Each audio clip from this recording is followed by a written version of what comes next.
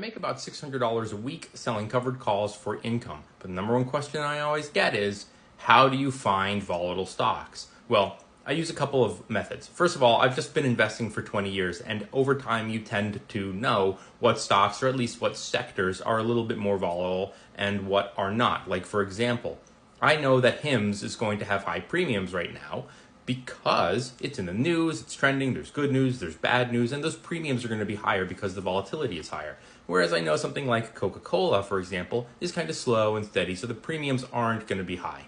Coca-Cola, not a volatile stock.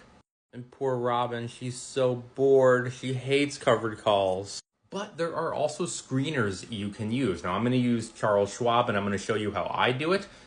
These screeners are universal, so every major brokerage is going to have one. It might be a little bit different, but you can figure it out. And also remember that this is a very risky strategy. If you buy shares of a highly volatile company and then you sell a covered call and the stock plummets, you could have to buy back the options at a huge loss and then sell the stock at a huge loss. Or you're stuck holding the shares if you don't do that, and then you have to wait for the shares to come back up, and the premiums are going to be a lot less from where you purchased it to where it fell to where you're now selling these calls. It's a little complicated.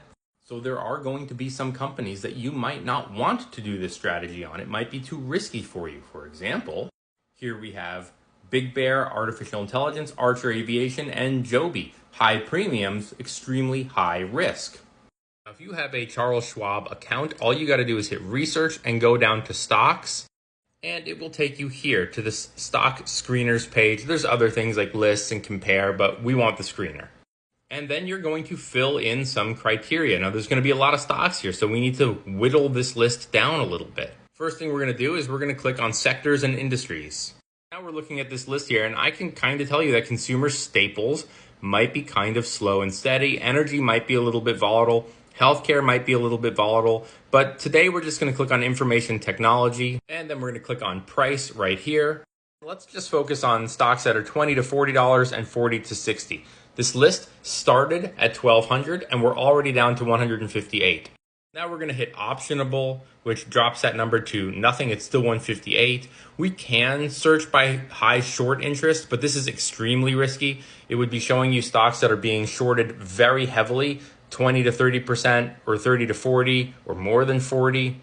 Highly shorted stocks could be very volatile because if there's a short squeeze, the stocks could skyrocket and the premiums might be a little bit higher. Let's just see. So we're at 158. Let's just hit the 10 to 20% and it drops it to 13 companies. I'm also going to be looking for something called beta, which is under the price performance tab. Beta just shows the volatility of the stock compared to the overall markets. So higher the beta, higher the volatility, maybe higher premiums. So we're going to go do 1 to 2 and 2, and look, now we have 9 companies.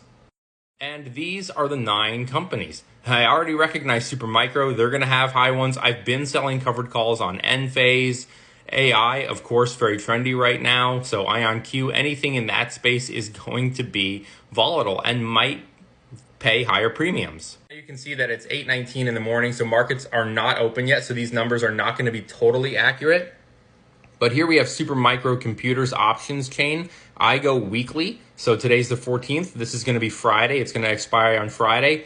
You need 100 shares to do this. It's going to cost you just under $5,000. And if you go a little bit out of the money, so it's $49.24. So if we go to 49.5, we could make, for some reason it's not showing. But the next one down is showing $1.20. So we could make around, I'm going to guess, $130 to $140. If we just go a little bit out of the money, or if we go to $50, $120 per contract. And that's just one of many ways that you can go about finding stocks that are highly volatile, sometimes even just reading the news, looking at the headlines. If every article that you're seeing is about artificial intelligence, or cybersecurity, maybe you want to look there. Just pull up the options chain and look. It's very easy to do.